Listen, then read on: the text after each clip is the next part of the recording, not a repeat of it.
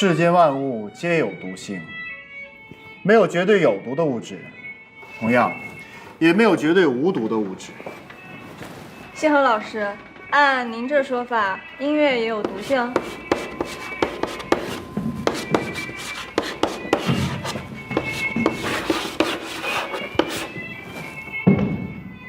当然，声色犬马毫无例外。这是三氧化二砷，俗称砒霜，是一种古老的毒药。它的致死量为60毫克。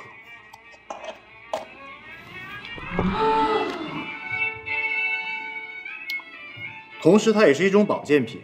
19世纪，匈牙利边境的农民把它当成滋补品，长期使用。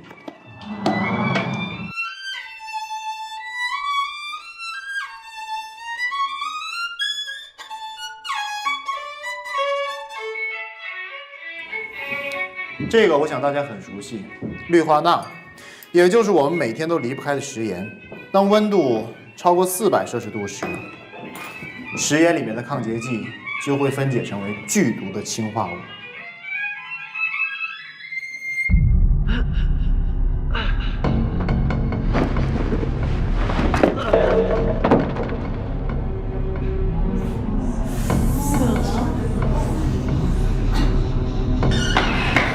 谢老师，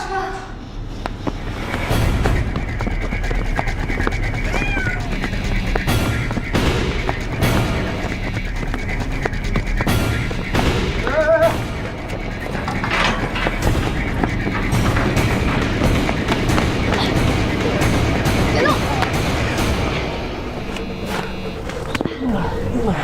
催命啊！知道。别动！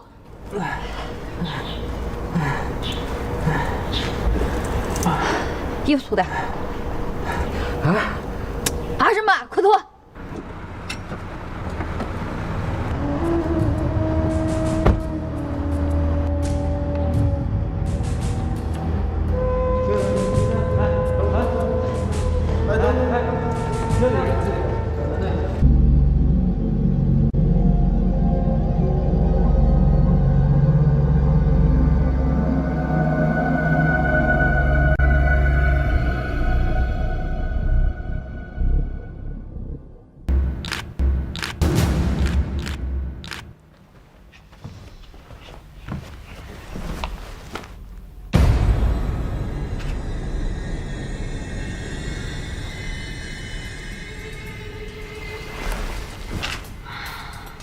死者在案发前2小时没有离开过房间，也没有任何可疑的人进入过房间。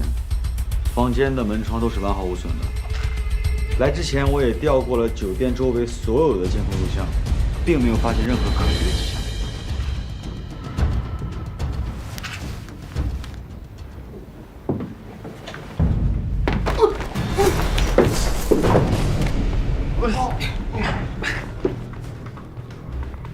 你。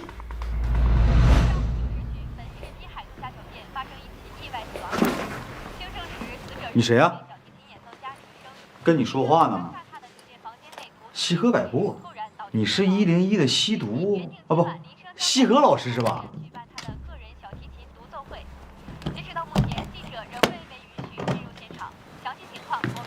黄警官，这是林生的助理。哎，你好。你好。是你报的案吗？对。案发前后有没有什么可疑的人进入？这个我。哎，徐老师，这个是案发现场的证物，你最好不要动。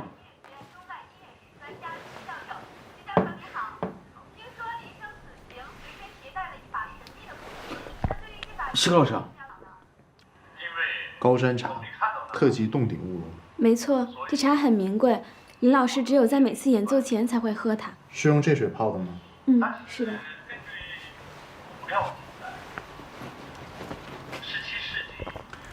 东北山泉水质偏硬，砷含量超标，但尚在安全范围内。你说的一点都没错，这水是昨天刚从长白山空运过来的。凡是拉过这个井的人，都无一例外的离奇死亡。民国。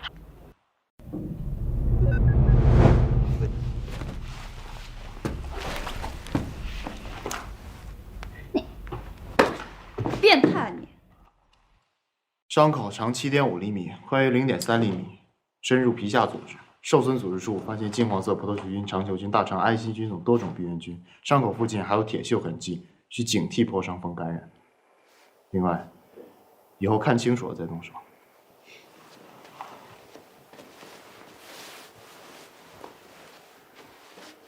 这把琴我要带走。这儿的物证谁都不许动。哎，拍照。干什么呢？这是把这当新闻发布会会场了？里面不允许拍照。来配合一下，配合一下，配合一下，这边不让拍照。这是案发现场，不是菜市场，什么乱七八糟人都能进来。蓝队，这个是上面派来配合我们工作的。不是。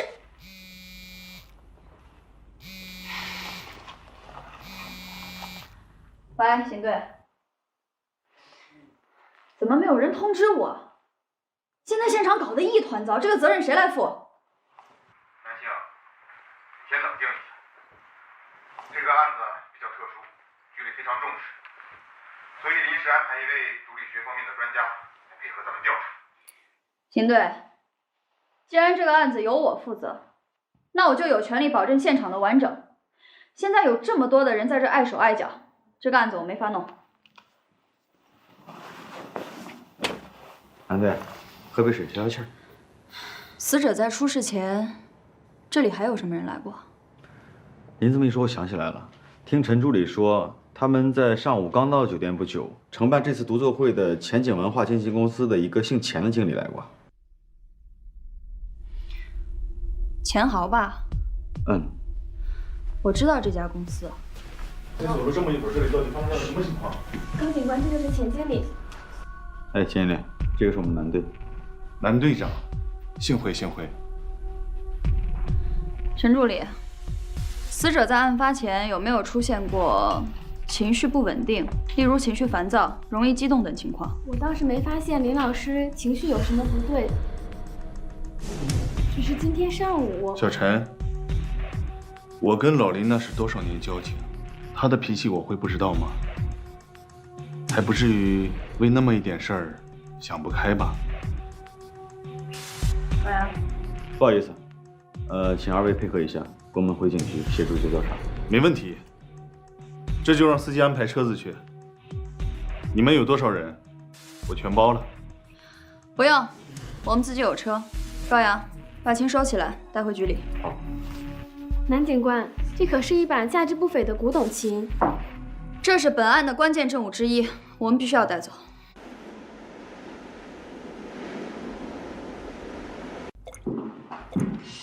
谢和哥哥，尸检报告出来了。薰衣草香精15克，二甲苯麝香0.5克，安息香脂2克1 80克，外加微量色素、抗氧化剂、甘油和表面活性剂。香料中的微量毒性会被皮肤吸收，引起皮肤过敏，其中的挥发性物质还会对实验数据产生影响，所以以后在实验室不允许用香水。我知道了，谢和哥哥。死者因脑部多处血管爆裂，导致脑干、脑室、丘脑等大量流血。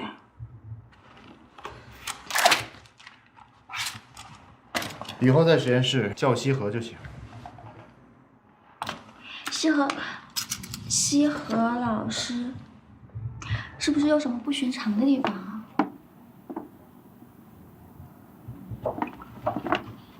从出血量和出血点来看，死者生前应该患有严重的脑血管硬化以及高血压之类的病症，但他的病理鉴定结果和生前体检报告均显示，死者在出事前各项生理指标都很正常，而且死者体内以及死者的生前饮食以及现场空气均找不到任何的有毒性物质。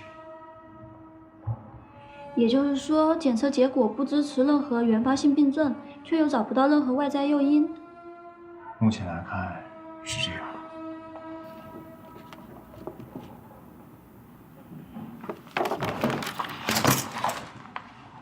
西河老师，你是不是有什么想法？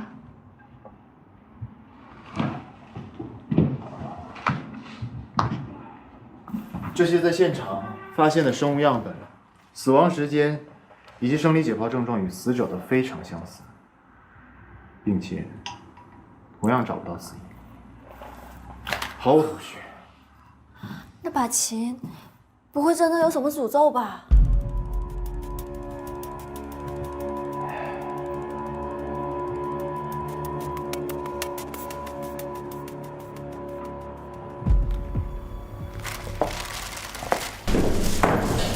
哎，对对，正好找您。基本情况我已经了解了。根据钱经理和陈助理的反应，林生他们上午刚入住酒店不久，钱经理就来过，然后林生就把那把古琴拿给他看。钱经理发现古琴上有细微的裂痕，就安排人要过来修复，但是林生怕会影响音质，钱经理就说如果不及时修复的话，可能裂痕会越来越大。林生没有办法，只好答应说演奏会过后就把琴送过去修。后来他俩又聊到了关于续约的事儿。林生没有答应钱豪的要求，两个人发生了争执，最后好像是不欢而散。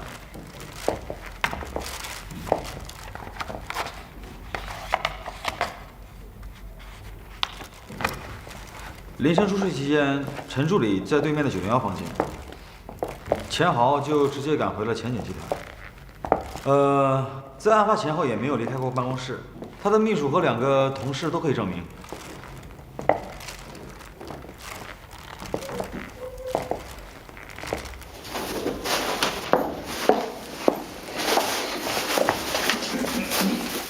那把琴查了没有？调查了，他们都不清楚。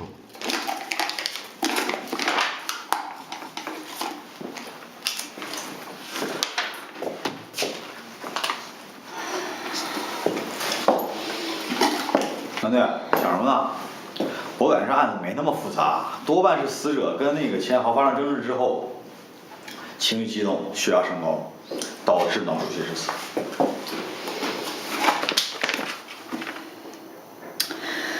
为什么身体状况这么好的人会突然血管破裂呢？这还不简单吗？阎王让你3更死，绝不留人到5个，这数多半是到站了。我看是你到站了吧？别拿那鬼话糊弄我，这案子没那么简单。就知道吃，赶紧给我去查。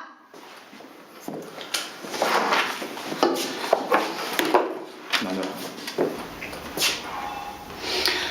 从那把琴入手。认出来了。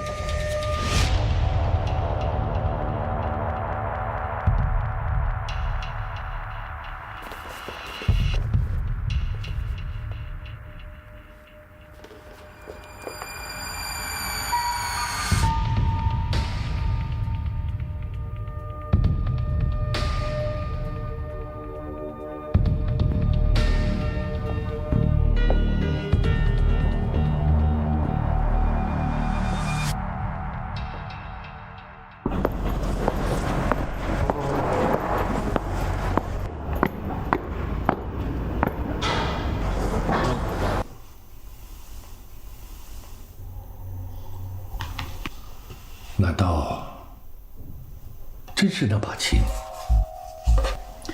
秦教授，这到底是把什么样的琴？相传300年前，意大利的小城克莱蒙纳，一个疯狂的琴师为了打造一把绝世的名琴，不惜倾家荡产。拼命交加的妻子因走投无路，便在一棵古树上自缢身亡。因无力还债，琴师被债主挑断了脚筋，刺瞎了双眼。悲愤之余，他砍倒了妻子上吊时的那棵古树，7天7夜不吃不睡，终于用那棵古树打造出一把绝世的名琴，取名赛人。赛壬琴。对，赛人在希腊神话中被译为冥界的引路人。琴师他坐在窗前，抱着这把琴，嚎啕大哭。琴师演奏了最后一曲7晚绝唱之后，气血而亡。后来，琴师的亲戚将这把琴卖给了米兰一个叫亨利的小提琴收藏家。收藏家第一次拉这把琴时，便因脑血管破裂而死亡。在此后的300年间，这把琴辗转于数十位小提琴演奏家和收藏家之手，凡是经不住它凄美琴音的诱惑，敢于演奏这把琴的人，都无一幸免，全部离奇的死亡。于是人们纷纷传说，说这把琴是受了琴师的诅咒。根据史料记载，大概民国初年，这把琴被一个英国的传教士带到了上海，以高价卖给了虹口一个姓黄的古董行老板。可不幸的是，黄老板也未能于幸免。抗战时期，这把琴又辗转到了香港，此后便杳无音信了。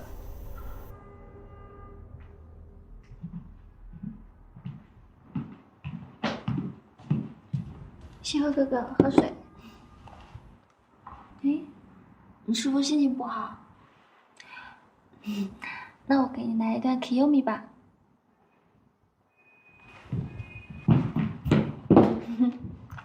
噔噔噔噔噔 Kiyomi Kiyomi 噔噔噔噔噔 Kiyomi。你有病吧？什么嘛，这可是当下最流行的萌系少女舞蹈，懂不懂啊？没错，萌系少女。悠悠，这都几点了，还不上学啊？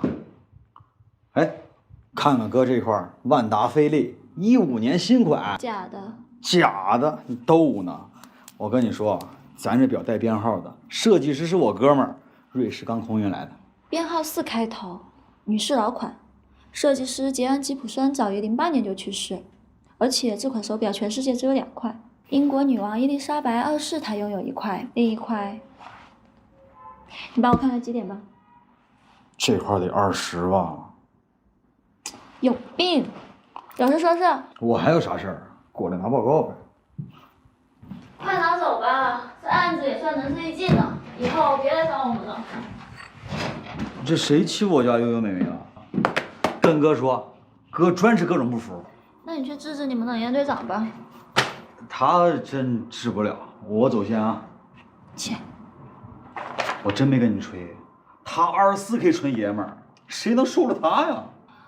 那也是吴立西和老师的手下败将。想当年在学校，悠悠，哎，赶紧走啊！去问你们冷艳队长吧。我倒想问他了，一大早抱着琴就不见人影了。他去哪儿了？去找音乐学院秦教授。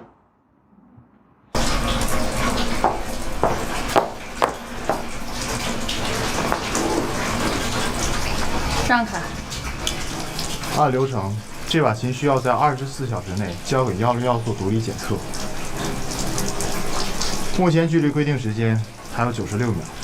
这案子我负责，该怎么做我自己心里清楚，不用你来告诉我。我对这个案子，包括你，没有任何兴趣，我只对这把琴感兴趣。你的兴趣跟我完全无关，所以请你离我远一点，不要来烦我。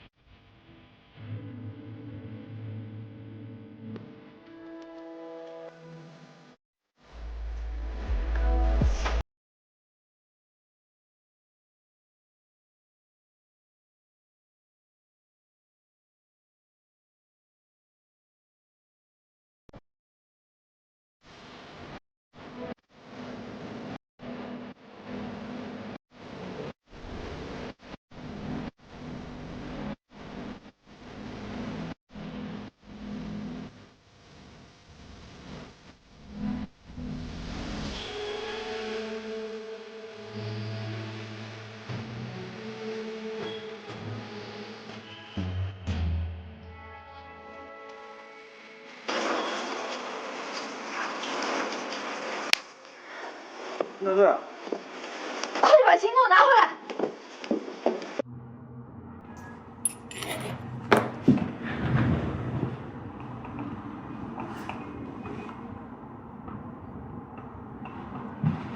西河老师，这是案发现场中采集到的空气样本化验报告。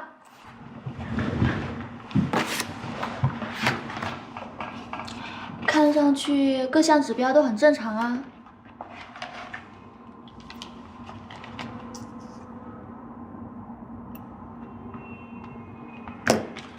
把这个拿去化验。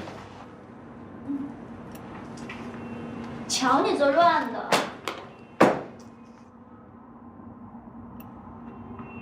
哎，这个不错啊。别乱动，当心弄坏了。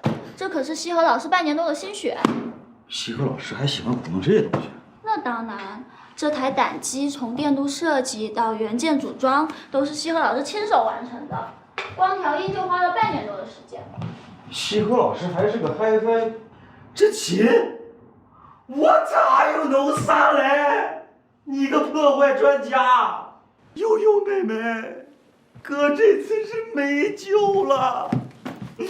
行行好，把我连琴一起拆了吧。行了，闹够了吧？瞧你那德行，西河老师既然能拆开，就一定能原封不动的装回去。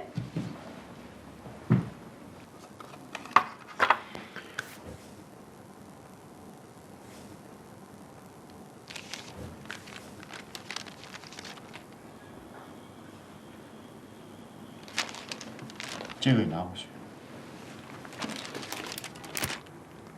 张丽，这个张丽是谁？张丽，哦，是老贺的妻子。老贺。对，林老师早些年拉的曲子大多是老贺写的。这2年，两人因为演出的事情闹了些矛盾，所以不怎么来往了。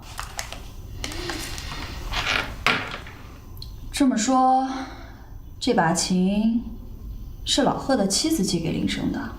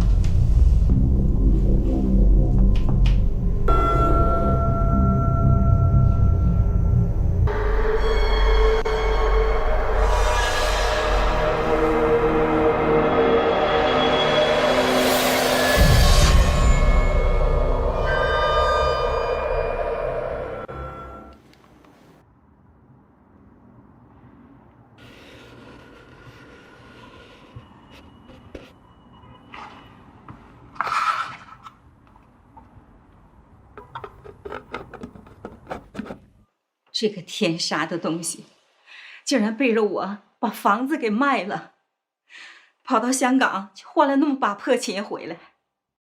这个是什么时候的事儿啊？大概3、4个月前吧，就刚入夏那会儿。你看是这把琴吗？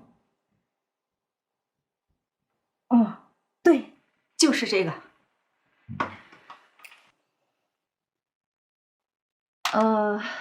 老贺是什么时候去世的？1个多月了，9月底那会儿。那他生前有拉过这把琴吗？他生前倒是没拉过这把琴，自从得到这把琴以后，他整个人就像中了魔一样，整天待在房间里。哎呀，真是作孽呀！对了，老贺出事那天头五，当时我正在厨房做饭，就听见他那房间好像是有什么动静，当时我也没太留意。后来等我进去，他就……这么说，这把琴是你寄给林生的？是。现在想想，当初他就像有什么预兆一样。他临出事之前，突然跑过来对我说：“万一他要是出什么事儿，就让我把这把琴寄给老林。”当时我还纳闷儿，这两个人都好几年不来往了，这什么时候突然一下子就想开了呢？最近有没有什么坚硬的东西掉到地上？没有啊。啊，就出事那天，老贺把琴弄掉地下了，可能是就是那时候磕的吧。你要不说，我还真没注意。老贺是倒在这儿的？对，头冲北，琴就在这儿。你再想想，当时地上还有什么其他的东西吗？就有一些书啊，还有CD，再就有一些乐谱，再就是那把琴了。这不是都在这儿呢，这些东西。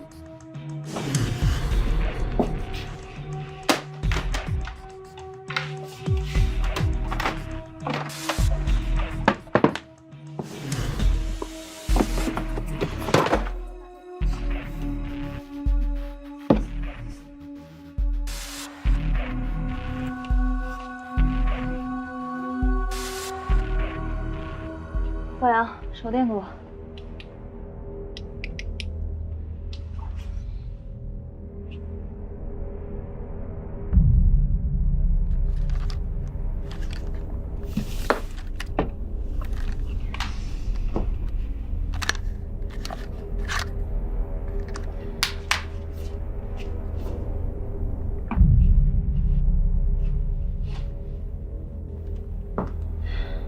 这是什么？这个，哦，我想起来了，这是钱经理他们厂子出的什么新产品吧？反正具体的我也不太懂。每次他们出了这个新产品，小李师傅都拿过来让我们家老贺给帮着写测评。这个好像是个录音机啊。我想起来了，老贺出事那天，就是小李师傅把他送过来的。他怎么跑到床下的？那可能是老贺出事以后掉到地上，不小心谁踢那里边去了的吧？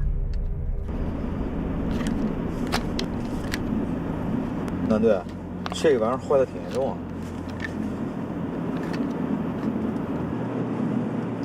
天亮之前把它修好。啊？哦。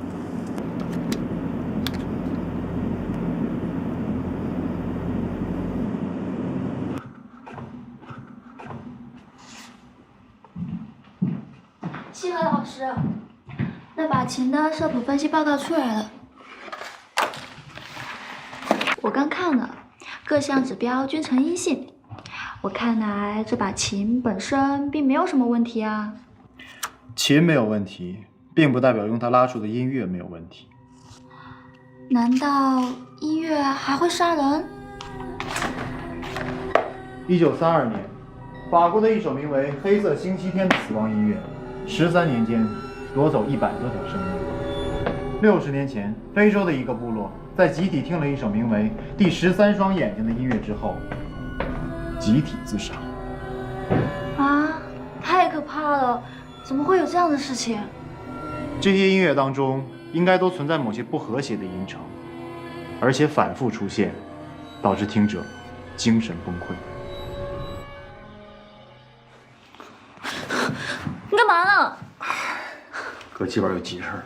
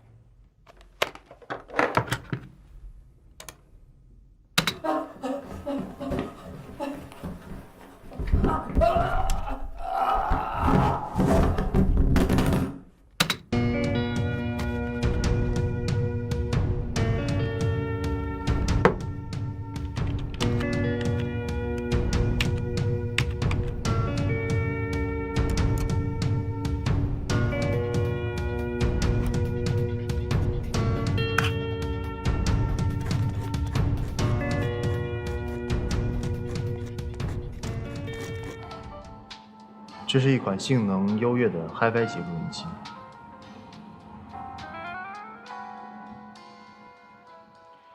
就是专供音响发烧友或者是录音师使用的专业录音机，它可以录制无损的大码率高保真音乐。就这些。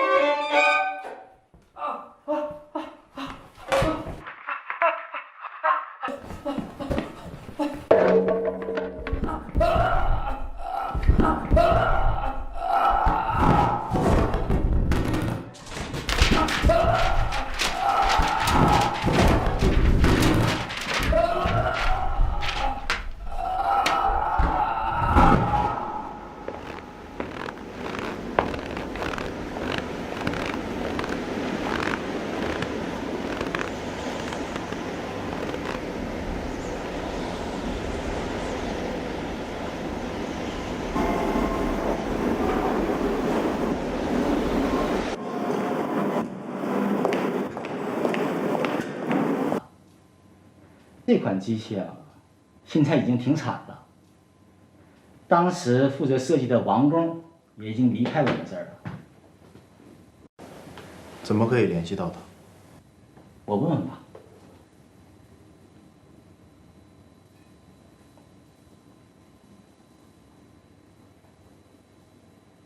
哎，老高，原来我们工程部的王丽，你那还有联系方式吗？啊，离职了，我知道。啊，好，好。这个王工离职大约有半年的时间了。他的关系也早就转出去了。当时我们也没有留底，他原来的电话号码现在也打不通了。西科老师，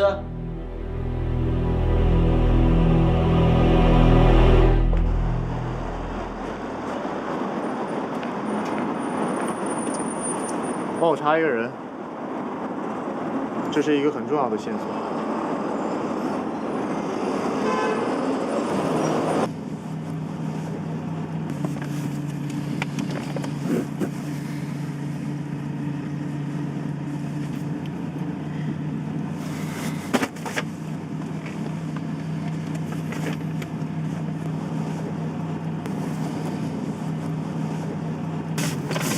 这个王丽半年前从前豪工厂离职后，回到老家成斯坦，在镇上的一个电子元器件工厂做工程师，负责新产品的研制和开发。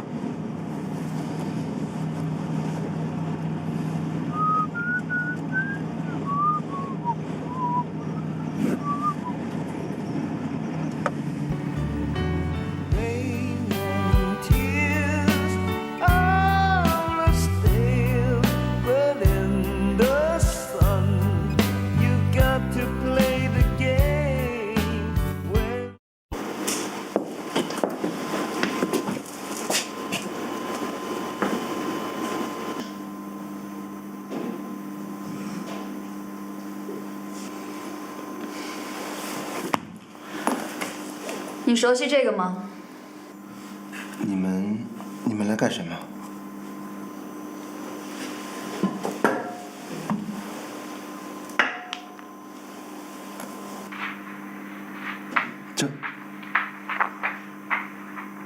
这是什么？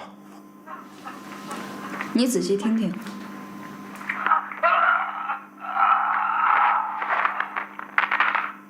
你们到底要干啥？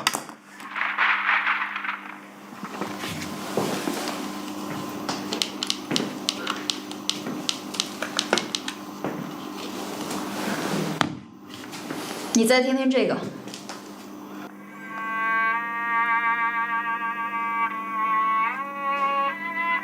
这。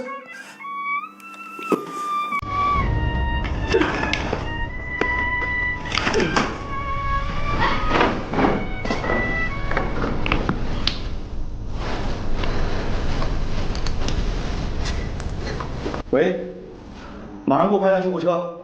对，春满街25号。没错，对。不用了，马上通知局里。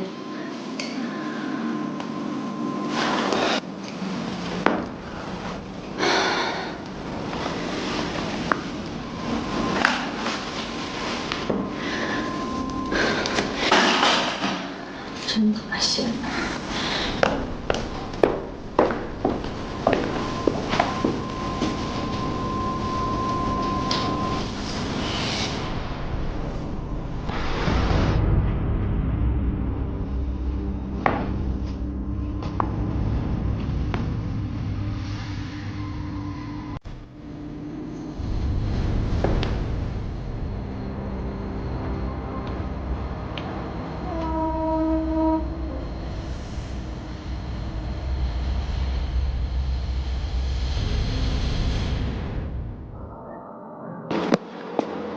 这个是在王内宿舍找到的。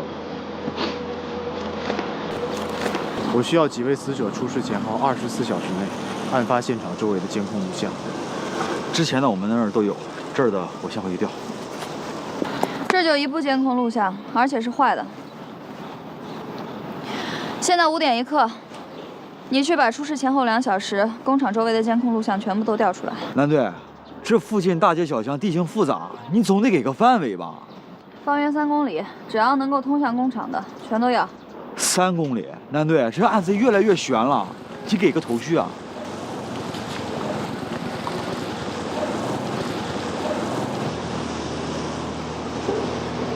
让你去就去。得嘞，我这就去啊。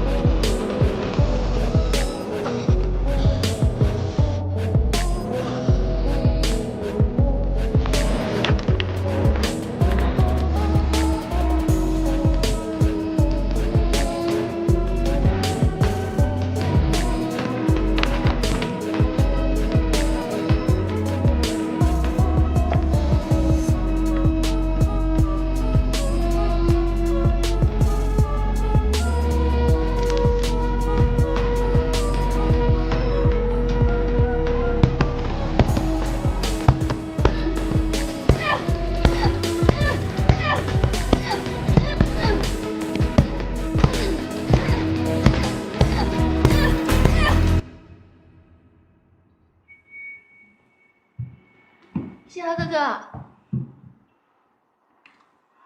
你又忘记吃饭了。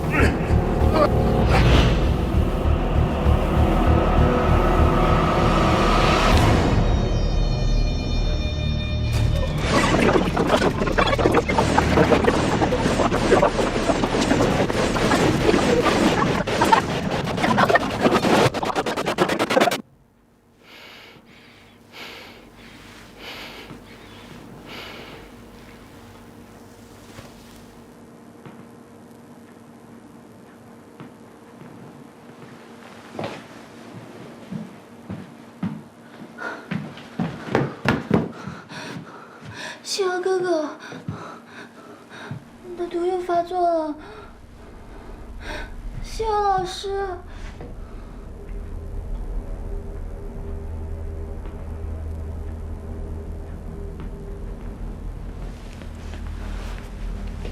是时候该揭开谜底了。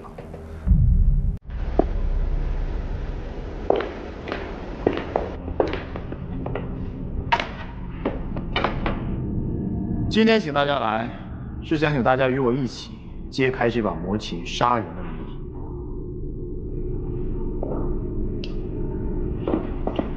那么，先请大家听我拉一首曲子。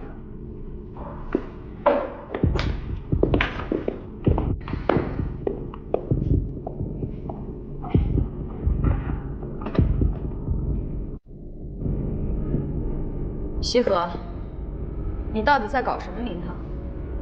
请大家放心，我的实验都是建立在绝对可控之上。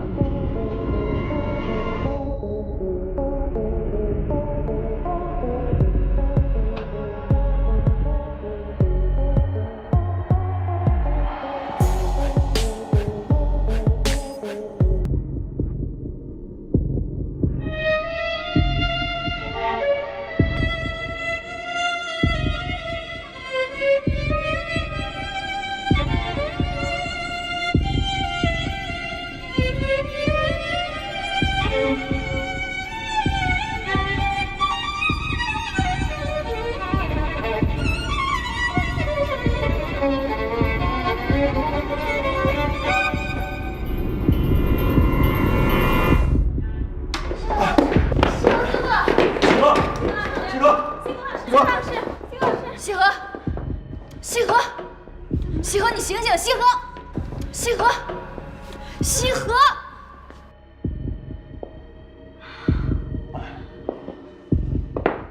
不好意思啊，几天没睡，太困了。西河，你在开什么玩笑？实验结果已经出来了。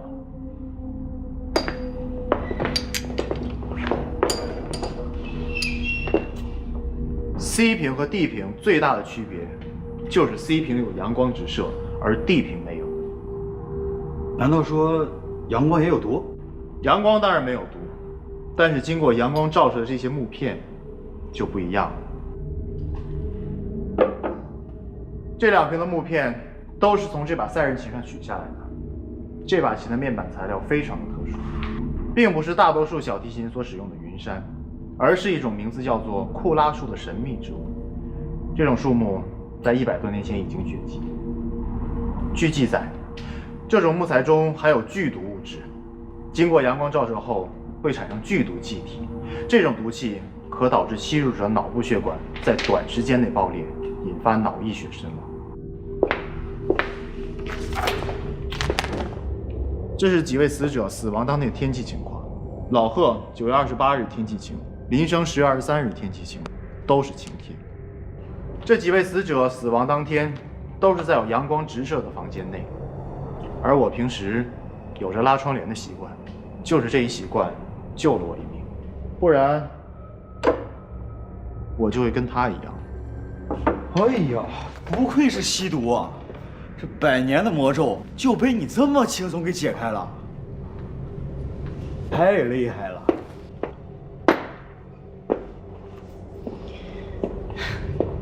西河，真有你的啊！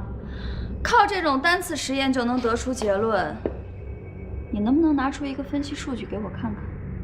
我说过，这是一种之前从未发现过的有毒物质，目前还没有确切的数据支持。这种没有数据支持的实验，只不过是你一厢情愿的假设而已。科学界的很多重大发现都是建立在假设的基础之上。那王丽的死怎么解释？她当时可并没有拉这把琴。到底怎么样你才能相信我？好。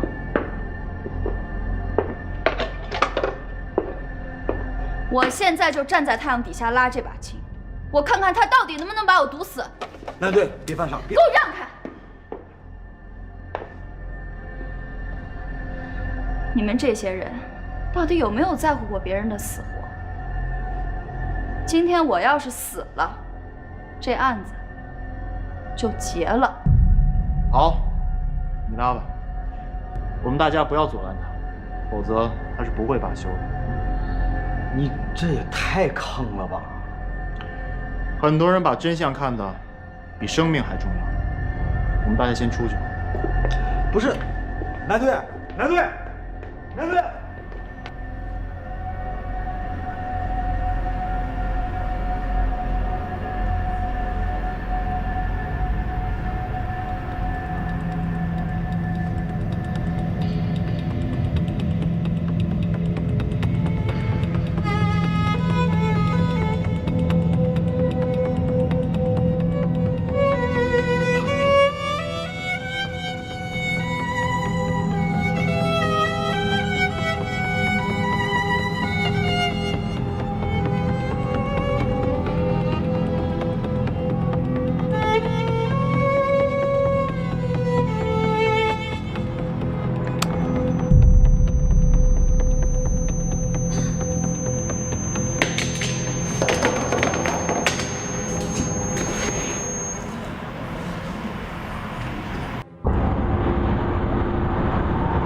钱经理，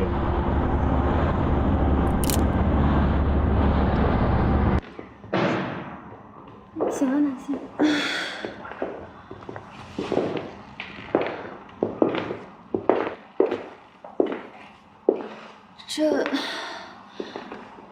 这是怎么回事？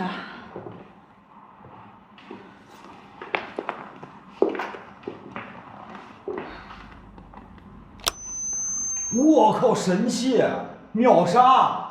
这就是凶手所使用的一款次声波发射装置，它可以在1公里范围内定向发射8到12赫兹的次声波，而这一部分次声波频率正好与人脑中的阿尔法节律完全相同，所以当它作用于人脑时，就会引起脑部共振，造成血管爆裂。前景集团，一家音像出版公司，一间音响器材厂，还有文化经纪公司，旗下签约有老贺、林生等顶级音乐家。半年前，老贺合约到期，上个月底，林生合约到期，二人均选择拒绝续签。如果他们改签其他的公司，你公司的业务将会受到巨大的冲击。但是如果他们死了，你所拥有的作品版权价值将会成倍的增长。所以你早就谋划要除去这两个人，只是一直没有找到合适的方法，直到王丽研制出了这个。而老贺从香港带回来这把充满传奇色彩的3人琴，更是让你的计划趋于完美。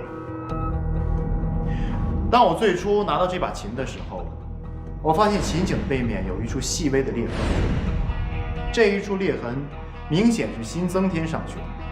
我推测，是林生拒绝续签之后，在林生那儿看这把琴的时候，你暗中用力压琴颈，造成交替开裂，所以你以修琴为由，要带走这把琴。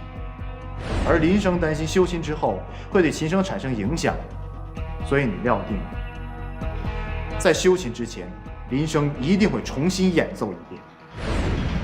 林生出事后，你和陈助理的嫌疑最大。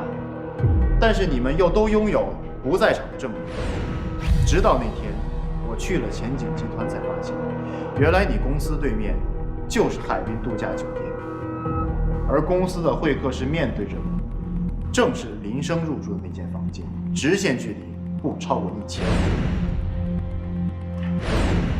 老贺他自己每天都在想着，要用这把绝世名琴演奏出自己新创作出的曲子。所以，当你把亲研制出的录音机送给他时，你知道，他一定会按捺不住。可是机关算尽的您，还是忽略了一个致命的细节，就是这款录音机的拾音频响范围是10到3万赫兹，这台录音机恰恰录到了其中10到12赫兹这一部分次声波，而就是这一小小部分的次声波，就是我解开疑团的关键。说来也巧，这一部分次声波是在我用专业音频测试软件对老贺的那段录音进行检测时意外发现的。当时我还以为是琴声里面本来就有，但是后来，当我用那把琴反复地拉出老贺的那首曲子进行检测时，却无法检测出任何的次声。直到后来，我在王丽的资料箱里面找到了这一份图纸，我按照这一份图纸造出了这么个低配版的次声波发射器。它的发射功率比你那个低很多，有效范围也只有100米左右，但是我想已经足够了。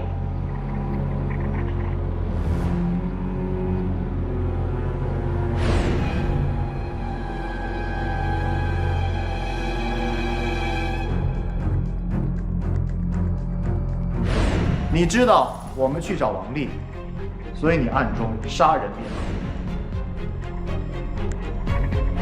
案发现场的监控录像都拍到了这辆车，我就知道你会认罪，所以故意安排这场实验，让你自投罗网。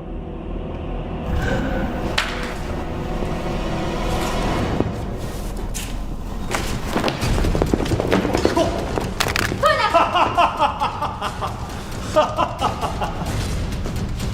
我已经将发射模式调至扩散状态，我动一动手指，半径1公里以内所有的生物都将燃完。赶快放下，否则我就开枪了。好啊，那就看看我们谁的手更快。别动，再动我按了。冷静，有话好说，好吧？我告诉你们，到今天为止，我所做的一切从来都没有后悔过。你们一定以为我是为了钱而杀人，你们都错了。其实我对钱没有半点兴趣。这些年来，我所赚到的每一分钱，都用在了新产品的研发上。我只想让所有人都听到这世上最纯净、最美妙的音乐。这样的音乐可以涤荡人的灵魂，可以洗掉这世上的一切肮脏和罪恶，可以让人的心灵得到净化和升华。你害死这么多人，还在这谈什么净化灵魂？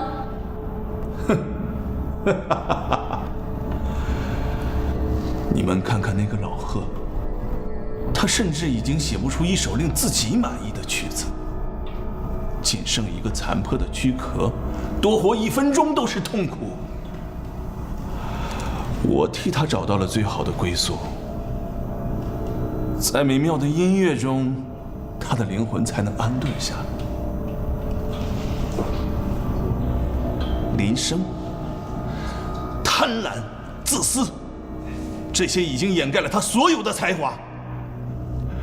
我已经答应给他唱片公司1半的股份，他还是不知足，竟然要跟国外的什么狗屁公司签约。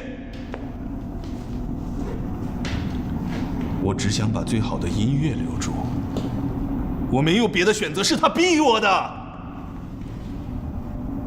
还有那个白痴，即使有一个绝顶天才的大脑，也无法适应这个社会，连最基本的生存法则都不懂。除了他擅长的领域，他什么都不知道。他甚至不知道那份图纸的巨大价值，他的那份发明有什么巨大意义，他一概不知。这样的人，活着本身就是一个悲剧。我用他的发明让他得到了解脱，这难道不是他的宿命吗？还有你们，你们一个个沉浸在自己狭隘的世界里，麻木不仁，随波逐流，执着于自己那份狭隘的追求，得不到痛苦，得到了还想要更多，终日痴迷妄想，患得患失。咦，所谓的毒理专家，他们狗屁！你以为靠你那些无聊透顶的研究就能普度众生吗？你以为靠你实验室里那几瓶配药水就能消除芸芸众生内心的巨大毒瘤吗？还有你，哼，是不是以为靠你手里的那块破铜烂铁就能铲平世间的一切罪恶？哈哈哈哈哈哈！你们他妈的都太天真了！世间有万般毒，我就会努力找出10000种解药。机体有毒尚可以解，但你灵魂中毒，恐怕已无药可救。哼，哈哈哈哈哈！好啊，那就让我们一起毁灭吧！